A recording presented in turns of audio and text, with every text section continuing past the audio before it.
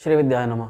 सिंह राशि वालों के लिए फरवरी 2024 का मासिक राशिफल। ये फरवरी का महीना सिंह राशि वालों के लिए कैसा रहेगा?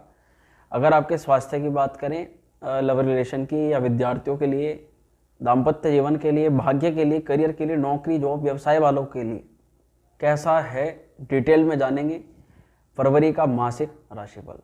मित्रों, जो भी लोग ये वीडियो देख रहे हैं उनको बताना चाहता हूँ कि ये राशिफल आपकी चंद्र राशि पर आधारित है। यदि आपको अपनी चंद्र राशि ज्ञात नहीं तो आप अपनी प्रचलित नाम राशि के आधार पर इस वीडियो को, इस कार्यक्रम को देख सकते हैं। चलिए बिना समय गंवाए शुरू करते हैं आज का कार्यक्रम। नमस्कार, मेरा नाम है एस्ट्रो शिवम पंडित और मैं आप सभी का स्वागत करता हूं अपने यूट्यूब चैनल श्री विद्या एस्ट्रो में, जहां पर आपको ज्योतिष और भविष्यफल से संबंधित, राशिफल से संबंधित महत्वपूर्ण वीडियोस ज्योतिषीय तथ्यों के आधार पर देखने के लिए मिलती है। मित्रों, अगर सिंह राशि के जातकों की बात करें जिनकी राशि के स्वामी हैं श्री सूर्य नारायण महाराज, तो सबसे पहले इस महीने जानना होगा ग्रहों की स्थिति को।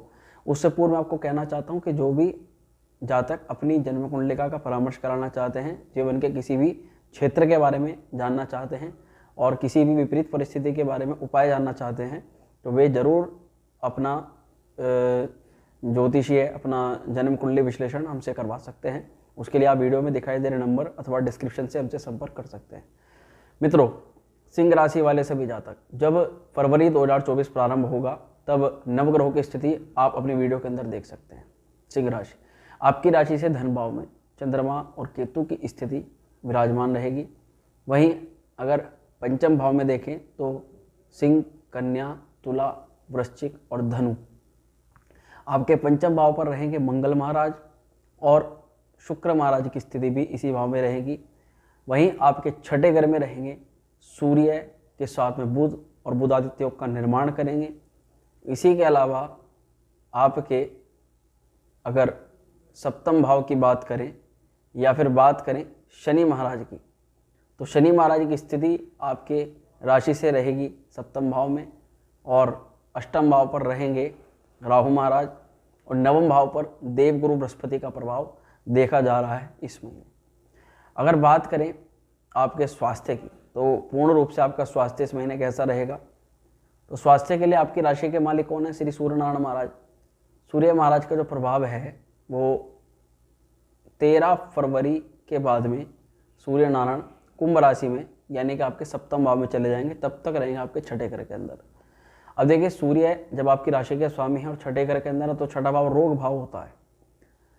शुरुआत से ही समझना चाहिए, लगभग 13 तारीख तक आपको आपके स्वास्थ्य का विशेष ध्यान रखना है। अब देखिए, जो सूर्य होता है, जब भी सूर्य रोग भाव में या अष्टम भाव में जाए, हालांकि छठे भाव में सूर्य शुभ भी फल देते हैं, परंतु रोग भाव है तो इसके कारण से सूर्य किन चीज़ों का कारक होता है? आपके नेत्रों में जलन होना, मस्तिष्क से संबंधित पीड़ा होना, या फिर शरीर के अंदर ताप बढ़ना जिस कारण से बुखार होना, या फिर व्यक्ति को हड्डियों से संबंधित या शरीर में कहीं भी दर्द की समस्या पैदा होना, सिर में हेडेक होना और पेट से संबंधित यानी पित्त से संबंधित समस्या का होना, इस प्रकार की थोड़ी बहुत समस्याएं देखने के लिए मिल सकती हैं। उन तो थोड़ी बहुत ही मैं कहूँगा, ज़्यादा नहीं कहूँगा, कि छठे भाव के अंदर मैंने ज़्यादातर नहीं देखा कि ये बहुत बुरा फल करते हैं। तो फिर भी आपको स्वास्थ्य का ध्यान रखें। प्रथम भाव को मजबूत करने के लिए नियमित व्यायाम, एक्सरसाइज, योग अभ्यास आपके लिए श्रेष्ठ उपाय रहेगा। और इसी के अलावा अगर बात करें विद्यार्थियों के लिए, जिनके पंचम भाव पर ही मंगल और शुक्र का प्रभाव है। अब सिंह, कन्या, तुला, वृश्चिक, धन बृहस्पति की राशि है और पंचम भाव पर बृहस्पति की राशि, मंगल की स्थिति बेहद शुभ योग का निर्माण करती है।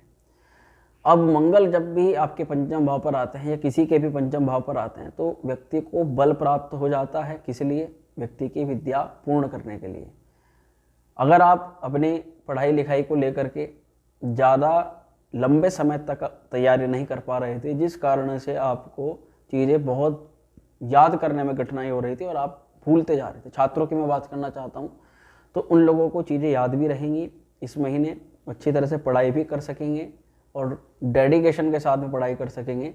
विद्यार्थियों के लिए 5 फरवरी तक मंगल की स्थिति आपके पंचम भाव पर रहेगी। उसके बाद में मंगल अगले भाव में यानी कि छठे भाव में चले जाएंगे, परंतु क्योंकि देवगुरु बृहस्पति की स्थिति आपके लिए अच्छी है, बृहस्पति की स्थिति बहुत शुभ दिखाई दे रही है। तो इसलिए मैं कहना चाहता हूँ कि आपको विद्या का लाभ होगा। आपकी परीक्षा है तो परीक्षा के सफल होने के योग बनते हैं, अच्छे नंबरों से अच्छे अंक उत्तीर्ण हो सकते हैं। अगर किसी भी फील्ड में आपको एंट्रेंस एग्ज़ाम है या फिर आप प्रवेश करना चाहते हैं किसी भी फील्ड की तैयारी करते हुए, या कोई भी आपका एग्ज़ाम है उसको क्लियर करना चाहते हैं, या किसी में एडमिशन लेना चाहते हैं, तो ये महीना आपके लिए उत्तम दिखाई दे रहा है। वहीं अगर लव रिलेशन की बात करें, देखिए मंगल और शुक्र दोनों ही ग्रहों का प्रभाव आपके पंचम भाव पर है, और उन पर सबसे अच्छी स्थिति है कि देवगुरु बृहस्पति की दृष्टि भी है, नवम दृष्टि। मंगल 5 तारीख के बाद में चेंज होंगे, उसके बाद में भी आपके पंचम पर बृहस्पति का प्रभाव रहेगा, दृष्टि रहेगी, और बृहस्पति की जो दृष्टि है उसमें अमृत होता है। तो ये आपके लव रिलेशन को बेहतर करने का, जैसे अगर बात कहें कि किसी के व्यक्ति के शरीर पर जख्म है और कोई ऐसी औषधि जो जख्म को भर सके, यानी कि पूर्व में किए गए कुछ गलत निर्णय जिसके कारण से लव रिलेशन खराब हुए, उन सब पर जो है उनका भराव होने वाला है, वे समस्याएं दूर होने वाली हैं। उन पर बृहस्पति बहुत जल्दी आपके बीच में जो भी कुछ कहा सुनी या कुछ भी बेकार समय गया आपका पुराना, तो उसके लिए बहुत अच्छे रहेंगे देवगुरु बृहस्पति। विद्या भाव को के साथ साथ ये आपके लव रिलेशन के लिए बहुत अच्छे हैं। दूसरा, शुक्र की स्थिति भी लगभग 11 तारीख तक इसी भाव में है, पंचम भाव पर, और 11 के बाद में ये छठे घर के अंदर संचरण करने पहुंच जाएंगे। तब फिर मंगल और शुक्र की स्थिति आप, परंतु तब थोड़ा सा आपको समस्या देखने के लिए मिल सकती है। यानी कुल मिलाकर के 11 तारीख तक बहुत अच्छे योग हैं, उसके बाद में थोड़ी बहुत समस्या देखने के लिए मिल सकती है लव रिलेशन को लेकर के। बाकी कोई चिंता होने वाली बात नहीं दिखाई दे रही। अगर इसके बाद बात करें दाम्पत्य जीवन की, तो सप्तम भाव, सूर्य नारायण का प्रभाव लगभग 13 तारीख के बाद में आपके सप्तम भाव पर हो जाएगा, और सप्तम भाव में पहुँचते ही सार सूर्य आपकी राशि को देखेंगे। आपकी राशि के लिए सूर्य बहुत अच्छे हैं, और अगर बात करें सप्तम भाव के लिए, तो सप्तम भाव के लिए भी बहुत अच्छे हैं। परंतु दाम्पत्य जीवन में आपके व्यक्तित्व के अंदर कुछ क्रोध देखा जा सकता है इस महीने, गुस्सा देखा जा सकता है, क्योंकि अग्नि तात्विक राशि के मालिक हैं और अग्नि ही ग्रह से संबंधित है सूर्य नारायण। तो क्रोध, गुस्सा पर आप नियंत्रण रखें। जिस प्रकार से सूर्य उदय होते हैं, अस्त होते हैं, समय अनुसार होते हैं, और सूर्य की दृष्टि आप पर रहेगी, तो आप भी नियम के अनुसार ही कार्यों को करेंगे, ऐसा इस महीने देखा जा सकता है। किसी भी कार्य को ना छोड़ें, मतलब ऐसा आपके गतिविधियों में होगा कि कोई भी काम है आप पंक्चुअल होकर के सभी कामों को पूरा करते हुए, हाथ पैर मारते हुए नजर आएंगे, और उन कार्यों को कहीं हद तक पूरे भी कर लेंगे। इसलिए ये महीना आपके रुके हुए कामों को पूरा करने वाला होगा, जिसमें आप अपने कार्यों को, हर एक छोटे और बड़े कार्यों को प्राथमिकता देंगे, और प्राथमिकता के साथ उन कार्यों को पूर्ण करेंगे। अब सप्तम पर प्रभाव है सूर्य नारायण का, तो कुछ ना कुछ तो इनके तेज पुंज से आपस में खटपट हो ही जाती है। तो ऐसे में हल्का फुल्का आपस में वाद विवाद हो तो आपको से ज़्यादा बड़ा इशू नहीं बनाना है, क्योंकि सूर्य की स्थिति आपके लिए दूसरे पक्ष से अच्छी दिखाई दे रही है।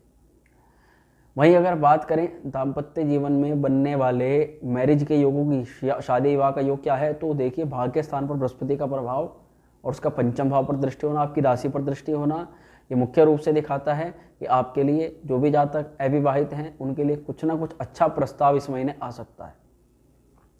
तो वे अपने ऊपर ध्यान रखें, अपनी प्रकृति को सुधारें, गलत कामों में न पड़ें, तो आपको लाभ होगा निश्चित तौर पर। और इसी के साथ साथ देखिए सप्तम भाव पर क्या है, सप्तम भाव कुंभ राशि, सूर्य की शत्रु क्षेत्रीय राशि है, और शनि के साथ में सूर्य महाराज है। सप्तमी सप्तम भाव पर ही रहेगा आपके इस महीने, परंतु सूर्य के साथ में रहेगा। तो इन दोनों की युति, क्योंकि पिता पुत्र की युति होती है, जिस भाव पर जाती है उस भाव से संबंधित किसी भी तरह के रिश्तेदार से भी थोड़ी सी कहाजुनी नोकझोंक करा देती है। तो आपका कोई पार्टनर है, लव पार्टनर है, आपका व्यावसायिक पार्टनर है, या आपका मैरिज पार्टनर है, तो उनके साथ में आपको संबंधों पर विशेष ध्यान रखना है, किसी भी प्रकार के कलह से बच के रहना है इस महीने। ये हुई मैरिज की बात। इसके बाद आते हैं अगले पॉइंट पर, जो कि है भाग्य। भाग्य के लिए आपके भाग्य स्थान के मालिक कौन है? मंगल महाराज। मंगल की स्थिति कब तक ठीक है मैंने आपको बताई कि मंगल 5 तारीख को छठे भाव पर पहुंच जाएंगे संचरण करने के लिए। 6, 7, 8 और 1, 9 छठे भाव में रहने के बाद में भी मंगल की दृष्टि भाग्य स्थान पर रहेगी। कुल मिलाकर के लिए भाग्य आपका इस महीने साथ देगा। जो काम आप करते हैं उनमें भाग्य के साथ से ऐसा नहीं कह सकते कि हानि ही हानि होगी, लाभ के प्रॉफिट के योग ज़्यादा बनते हैं। और क्योंकि मंगल की दृष्टि और मंगल का प्रभाव छठे घर पर है, तो मैं हाथ ही हाथ जो अलग चीज़ें लगती हैं वो बताना चाहता हूँ। मंगल का प्रभाव छठे घर पर होने से जो भी बच्चे कंपटीशन एग्ज़ाम की तैयारी कर रहे हैं उन लोगों के लिए बहुत अच्छा है। जो अगर आप शत्रु या कॉम्पिटिटर्स के कारण से परेशान हैं, या रोगों ने बहुत ज़्यादा घेर रखा है, या फिर आपको लोन से संबंधित कोई दिक्कत है, तो इस महीने कुछ अच्छा बदलाव आपके इन क्षेत्रों पर आ सकता है। मंगल की दृष्टि भाग्य स्थान पर होने से, जैसे मैंने कहा, आपके पिता से संबंध कुछ सुधरेंगे। आपके जो काम बिगड़ चुके हैं वे बिगड़ते हुए काम थोड़े से मंगल बनाने का प्रयास करेंगे, और उसके लिए आपको पराक्रम मेहनत करनी पड़ेगी। मंगल की 7वीं दृष्टि 12वें घर पर जाते, यानी कि आपके जितने भी फिजूल खर्च थे उस पर इस महीने रोक लगेगा। आपके जितने भी पैसे मेडिसिन या बर्बादी की तरफ जा रहे थे उन पर रोक लगेगा, और जब इन पर रोक लगता है तो व्यक्ति की आमदनी बढ़ती है। परंतु साथ ही साथ मंगल की दृष्टि, सूर्य की, दोनों की दृष्टि आपकी राशि पर रहेगी।